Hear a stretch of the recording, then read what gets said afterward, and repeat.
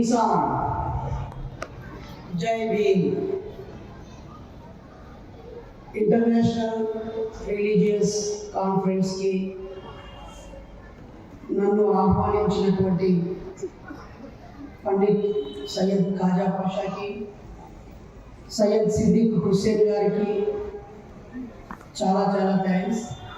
ఇక్కడ ఎంతమందికి తెలుగు అర్థమవుతుంది? ఓకే, సో మిగతా వాళ్ళంతా కాసేపు మ్యూట్ అన్నమాట. ముందుగా జగద్గురు ఆశ్రమం ఫౌండర్ సిద్దిక్ దేందార్ చంద్ బసవేశ్వర్ గారికి థ్యాంక్ యూ. నాతో పాటు వేదిక పైన ఉన్న వివిధ మతాల, ముఖ్యంగా జైన మతం నుంచి రాకేష్, అలాగే సిక్ మతం నుంచి అమర్ సింగ్ సర్దార్జీ, ఇంకా సూఫీ, హిందూ, చాలా చాలా మతాల నుంచి వేదిక మీద ఉన్నారు. నేను I'm not belongs to any religion. I don't believe any God. So it is very difficult to talk to you, even though I will try to express my views regarding human relations. బహుశా దేవుడు, God అనే అంశం కాకుండా మిగతా అన్ని విషయాల్లో అన్ని మతాలతో కలిసిపోవడానికి సిద్ధంగా ఉండే మనుషులు మేము.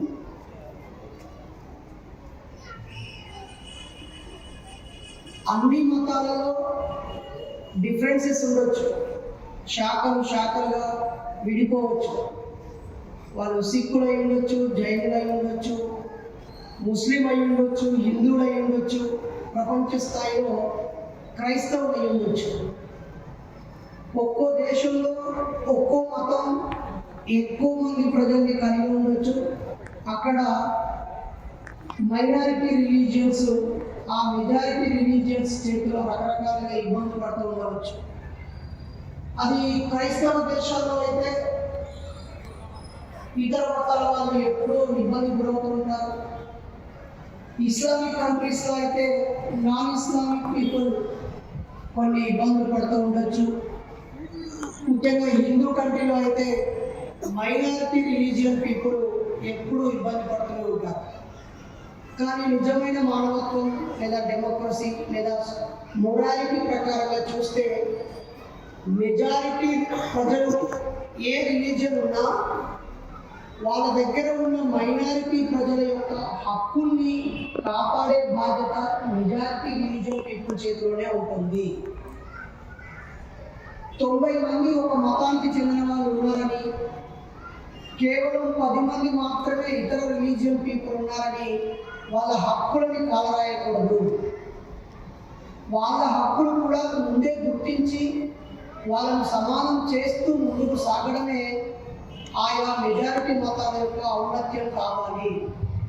కానీ ఈ ప్రపంచంలో ఎక్కడ ఏ మతం పుట్టినా ఆ మతం యొక్క ప్రాథమిక లక్ష్యం ప్రజలని సన్మార్గంలో పెట్టి సర్వమానవ కళ్యాణం కోసం ఆలోచించడం, అతని డిసిప్లిన్ వైపు పెట్టడం, లేదా అతన్ని కంట్రోల్ చేయటం, అతనికి ఒక మానసిక ఉత్తేజాన్ని ఇవ్వటం, ఒక దారిని చూపించటం.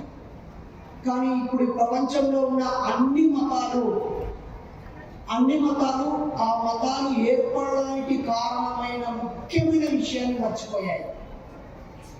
ప్రజల దుఃఖంలో భాగం పంచుకోవడం లేదు, దుఃఖ పెడుతున్నాయి. అలాగే మనిషి ఆనందానికి కారణం కావట్లేదు. కట్టుబాట్లకి, ఆంక్షలకి, రూల్స్ అండ్ రెగ్యులేషన్స్కి రిలీజియన్ తనకు ఒక రిలాక్సేషన్ కావట్లేదు.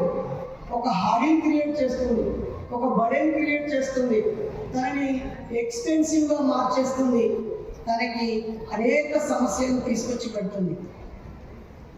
ఈ రిలీజియన్ ఇప్పుడు పాలిటిక్స్లో కూడా ఎంటర్ అయిపోయి మొత్తం సమాజాన్ని భ్రష్టు పట్టిస్తోంది. మతం మానవత్వాన్ని బోధించాలి. మతాలు అందుకే కదా జగద్గురు గారు ఈ సర్వమానవ సమ్మేళనం చేస్తూ అన్ని మతాలు ఒకరినొకరు గౌరవించుకుంటూ ఒకరిలో ఉన్న ఒకరు మంచిని స్వీకరిస్తూ కలిసి మెలిసి ఎలా ఉండాలో చూపించడం కోసమే కదా ఇలాంటివి ముందుకు సాగుతున్నది. కానీ మనం ఒక్కసారి కళ్ళు తెరిచి న్యూస్ పేపర్ చదివినా, వాట్సాప్ చూసినా, టీవీ చూసినా గొడవల వెనకాల ఖచ్చితంగా మతాల్ని లేదా కులాల్ని మనం చూడవచ్చు. ఇక మరి మతాలు కులాలు ఏం సాధించినట్టు? వేల సంవత్సరాల క్రితమే ఏర్పడ్డాయి కదా మతాలు. ఒక government 10 years, KCR government 10 years పాలించినప్పుడు నచ్చకపోతే ప్రజలు దాన్ని తీసేసి ఇంకో పార్టీని గెలిపించారు. రేపు మోడీ ప్రభుత్వం కూడా 10 years అవుతుంది, నచ్చకపోతే తీసేసి ఇంకొకరు పెడతారు. మరి ఈ మతాలు ఏ 10 years ఒకసారైనా, 20 years ఒకసారైనా, ఈవెన్ 50 years ఒక్కసారైనా తమను తాము సంస్కరించుకుంటున్నాయా? రీఫార్మ్ చేసుకుంటున్నాయా? సైంటిఫిక్ టెంపర్ని అడాప్ట్ చేసుకుంటున్నాయా? రిలాక్సేషన్స్ ఇస్తున్నాయా? ప్రశ్నకే స్థానం లేదు. ఇక ప్రగతి ఎక్కడి నుంచి వస్తుంది? ఎదుటి మతంపై ద్వేషం కక్కడమే ఇప్పుడు మెజారిటీ ఉన్నటువంటి మతాలు చేస్తున్న సాధన. ఇలాంటి పరిస్థితుల్లో వేల సంవత్సరాల క్రితము ఆ రోజు మహమ్మద్ ప్రవక్త, ఆ రోజు బుద్ధుడు, లేదా ఆ రోజు జీసస్, లేదా ఆ రోజు బ్రహ్మ విష్ణు మహేశ్వరుడు, లేదా బుద్ధుడు, వీళ్ళంతా అప్పుడున్న సమాజంలోని ప్రజలకి ఇంతకాలం కొనసాగిన ఈ వ్యవస్థ సరిగా లేదు, ఇదిగో కొత్త దారిలో వెళదాం, ఈ విషయాలను పక్కన పెడదాం, మానవత్వంతో జీవిద్దాం, తోటి వారిని ప్రేమించుదాం, గౌరవ భావంతో ఉందాం అని అందరూ బోధించిన వాళ్ళే. వాళ్ళు బోధించి చుట్టూ ఉన్న ప్రజలు నమ్మక, వారు చచ్చిపోయాక 100 సంవత్సరాల తర్వాత ఆయా పెద్దలందరూ వాళ్ళ అనుభవాన్ని, ఆలోచనల్ని రాసి పుస్తకాలుగా ఇస్తే ఈరోజు ఉన్నటువంటి మతాలన్నీ మనుగడ సాగిస్తున్నాయి. ఇక్కడ మతం లోపం కనిపించట్లేదు, ఆ మతాన్ని ప్రజలకి తీసుకువెళ్ళే వాళ్ళ లోపం ఎక్కువగా కనిపిస్తూ ఉంది. ఈరోజు ఎందుకని ఇంత టెక్నాలజీ వచ్చినా దేశాలకు సరిహద్దులు ఎందుకు తీసుకోవాల్సి వస్తుంది? దేశాన్ని కాపాడుకోవడానికి ఆర్మీ సోల్జర్స్ ఎందుకు పెట్టుకోవాల్సి వస్తుంది? ఇంతమంది మనుషులు ఉన్న ఆడవాళ్ళు స్వేచ్ఛగా ఎందుకు వెళ్ళలేకపోతున్నారు? వాళ్ళకి వచ్చిన పనిని మగవాళ్ళతో సమానంగా ఎందుకు పనిచేయలేకపోతున్నారు? ప్రతి మతం మా మతమే చాలా గొప్పది, మా దాంట్లో ఈక్వాలిటీ ఉంది, మేము భార్యను ఆడవారిని పూజిస్తాము అని ఒక మతం చెప్తారు, మేము ఆడవారిని రక్షిస్తాము బయటికి పంపించమని ఒక మతం చెప్తారు, మాతో సమానం ఆడవారిని ఒక మతం చెప్తుంది. ఏ ఒక్క మతం కూడా ఆచరణలో ఆడవారికి స్వేచ్ఛ స్వాతంత్రాలను ఇవ్వలేదు. అందుకే ఈరోజు ఏదైనా ఒక మతాన్ని అర్థం చేసుకోవాలంటే ఆ మతంలో ఉన్న మహిళల యొక్క జీవన ప్రమాణాన్ని ప్రామాణికంగా తీసుకోవాలి. If they are in comfort, అది గొప్ప మతం అని భావించవచ్చు.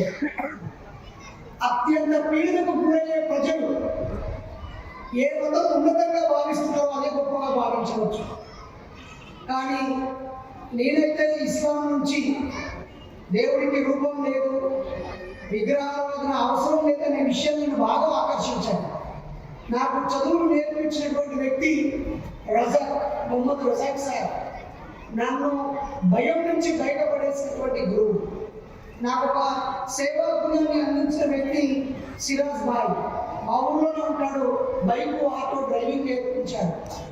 అలాగే నేను పెళ్లి చేసిన వాళ్ళు ధైర్యంగా నిలబడ్డ వ్యక్తి రఫీ. ఆ తర్వాత వహీద్ కుల నిర్మూలన ఉద్యమాన్ని నడిపిస్తున్న వ్యక్తి, కుల నిర్మూలన సంఘాన్ని స్థాపించి నడిపిస్తున్న వ్యక్తి వహీద్ అన్న. కానీ నాకు అనిపిస్తుంది, నేను తిరుపతికి వెళ్తే నువ్వేదో చేశావు, మోసం చేశావు, దేవుడికి గుండు కొట్టించుకో, నిలువు దోపిడీ చేసి ఆ హుండీలో వేసేయమని తిరుపతి వెంకన్న కోరుకుంటాడు. చచ్చిపోయాక స్వర్గం ఇస్తా అంటాడు. అలాగే మక్కా మసీదుకి వెళ్ళినా, మా దగ్గర మసీదుకి వెళ్ళినా నమాజ్ చేయి, అందరూ సమానంగా ఉండాలి, అంతా అల్లాదయ్యా అంటారు. అలాగే చర్చి కరుణాపురం వెళ్తే నువ్వు పాపిని, నువ్వు మోకరిల్లు, నువ్వు ప్రార్థన చేయి, కన్నీటి ప్రార్థన చేయి అని చెప్పి నన్ను కూర్చోబెట్టడము, వంగ పెట్టడము, దండం పెట్టడము, బతిమలాడుకోవడము, పాప పరిహారం కోసం ప్రయత్నించడము, చచ్చిపోయాక స్వర్గం గురించి మాట్లాడమని చెప్పాయి. కానీ వీటన్నింటికంటే ముందుగా ఆ బుద్ధుడు, పూలే, పెరియార్, అంబేద్కర్, భగత్ సింగ్ దారిలో నడిస్తే ఇదే ముస్లిం నవాబు కట్టిన ఉస్మానియా యూనివర్సిటీ అక్షరం నమ్ముకుంటే నాకు పిహెచ్డి పట్టా ఇచ్చింది. కాబట్టి మనం పేదరికం గురించి మాట్లాడట్లేదు, ప్రజల నైతిక అభివృద్ధి గురించి మాట్లాడట్లేదు, లేదా అక్షరాస్యత పోగొట్టడం గురించి ఆలోచించట్లేదు, దోపిడీ పీడన గురించి ఆలోచించట్లేదు. మతాలన్నీ వాళ్ళ మతాల ఉనికిని కాపాడుకోవడానికి, లేదా వాళ్ళ దైవం యొక్క ప్రాచుర్యాన్ని పెంపొందించడం కోసం, లేదా ఇతర మతాల్లో ఉన్న లోపాలను చూపించడం కోసం ఎంతసేపు నెగిటివ్ నెగిటివ్ నెగిటివ్ నెగిటివ్ వైపు వెళ్తున్నాం తప్ప ఆయా మతాలలో ఉన్న గొప్పతనాన్ని స్వీకరించే మొరాలిటీ లేని సమాజంలో. ఒక 30-40 సంవత్సరాల క్రితం అన్ని మతాల పెద్దలు కూర్చుని కడుపునిగా మాట్లాడుకునేవారు. ఒక మత పెద్దలు ఇంటికి ఇతర మతస్థులు వెళ్ళి స్నేహపూర్వకంగా అలాయిచ్చుకొని భోజనం చేసేవాళ్ళు, మాట్లాడుకునేవాళ్ళు. సభలు, సమావేశాలు, చర్చలు ఆరోగ్యకరంగా ఒక మంచి వాతావరణంలో జరిగేవి. కానీ ఈరోజు కనీసం 2 వేరు మతాల వాళ్ళు షేకాన్ని ఇచ్చుకున్న దాన్ని స్టేటస్ గా పెట్టలేని స్థితికి సమాజం కొల్లిట్ అయిపోయింది. ఇది ఎంత దుర్మార్గం! 2 వేరు మతాల వాళ్ళు ప్రేమించుకుంటే అది ఆ ఇద్దరికి సంబంధించిన విషయం అనేది పక్కన పెట్టి 2 వేరు మతాలకు సంబంధించిందిగా భావిస్తున్నారు. ఒకడేమో ముస్లిం అమ్మాయిని ప్రేమించుకుంటాడు, ఇంకొకడేమో దీన్ని లవ్ జిహాద్ అంటాడు, ఇంకొకడేమో వాళ్ళిద్దరిని చంపేయాలంటాడు, ఇంకొకడేమో మా మతంలోకి వచ్చేస్తే ఓకే అంటాడు. నిన్నటిదాకా అతను పలికిరాని వ్యక్తి అవుతాడు, ఈరోజు వాళ్ళ మతంలోకి మారగానే సిల్వ వేసుకొని నమాజ్ ప్రార్థన చేయగానే అతను క్రైస్తవుడైపోతాడు, టోపీ పెట్టుకొని నమాజ్ చేయగానే ముస్లిం అయిపోతాడు, లేదా ఒక వీలతో నిద్దుకొని గుండు కొట్టించుకోగానే మతం అయిపోతాడా? అసలు ఈ మతాలు మనుషుల కోసమో, మనుషులే మతాల కోసమో?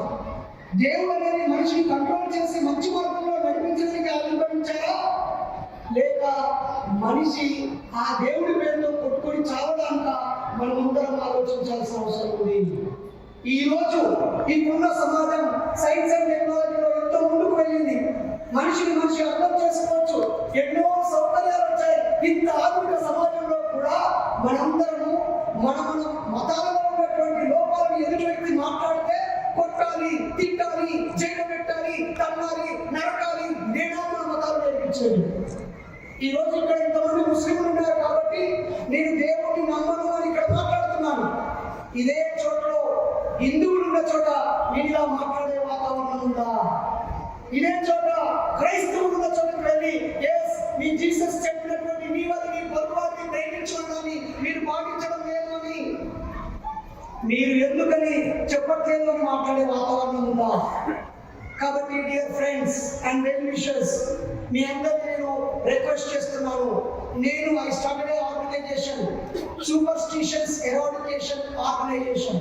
It is not against to any religion or caste, but మేము ఆయా మతాలలో ఉన్నటువంటి ఇలాంటి పెద్దలను కలిసి, ప్రజలందరూ మా చేతిలో లేరు, ఆయా మత పెద్దల చేతిలో ఉన్నారు, లేదా మతాల చేతిలో ఉన్నారు. మరీ ముఖ్యంగా భారతదేశంలో మతం కంటే కులం చాలా గలీజ్గా ఉంది. ఈ దేశాన్ని పట్టి పీడించే అతిపెద్ద దుర్మార్గం కులం. దానిని నిర్మూలించాల్సిన అవసరం ఉంది. దాన్ని నిర్మూలించకుండా ఈ భారతదేశాన్ని ఎవరు బాగుపరచలేరు. అందుకే ఆయా మతాలలో ఉన్న సంస్కరణవాదులు, అభ్యుదయవాదులు, ఎడ్యుకేటెడ్ పీపుల్ వాళ్ళ రిలీజియన్ లో ఉన్న సూపర్స్టిషన్స్ ని వాళ్ళు ఎరాడికేట్ చేస్తేనే ఈజీ అవుతుంది. మాలాంటి వాళ్ళని చెబితే హిందువులను అవమానించారు, ముస్లింలను అవమానించారు, క్రైస్తవులను అవమానించారు, వీళ్ళు చెడ్డవాళ్ళు అని ముద్ర వేసి మమ్మల్ని ధ్వంసం చేస్తున్నారు. అందుకే నేను ఈరోజు ఈ అంతర్జాతీయ మతాల సమ్మేళనంలో మీ అందరికీ చేతులు జోడించి కోరుతున్నాను.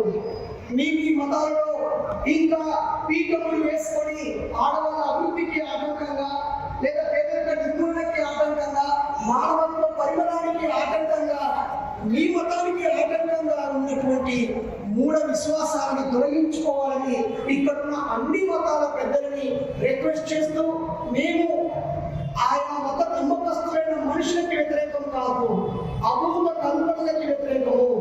ఈ అభూత కల్పనలు, మూఢ విశ్వాసాలు ప్రజలకి నమ్మకాన్ని ఇచ్చి సన్మార్గంలోకి వెళ్ళకుండా భయభ్రాంతులకి గురి చేసి డబ్బులు వృధా చేస్తూ పొడుచుకొని చంపుకొని చచ్చిపోయేలా చేస్తున్నాయి. కాబట్టి ఆయా మత పెద్దలందరూ కూడా ఏమాత్రం అవకాశం వచ్చినా సున్నితమైన విషయాలని ప్రజలందరినీ చైతన్యపరచాలని, విజ్ఞాన దారిలో నడిపించాలని, ఖచ్చితంగా ఇక్కడున్న మీరందరూ మంచి మనసుతో నా ఈ సూచనలను స్వీకరిస్తారని, గతంలో ఇదే వేదిక మీద గద్దరంలో వచ్చి మానవత్వం గురించి, సమానత్వం గురించి మాట్లాడాలని తెలిసి ఈ క్షణం ఆయన లేనందుకు ఆయనకు జోహార్లు అర్పిస్తూ వారందరి బాటలో నడవాలని, నన్ను ఈ కార్యక్రమానికి పిలిచినందుకు ధన్యవాదాలు తెలియజేస్తూ మీ లవ్ అండ్ ఎఫెక్షన్ కి థ్యాంక్స్ చెప్తూ ముగిస్తున్నాను. Thank you. జై ఇన్సాన్.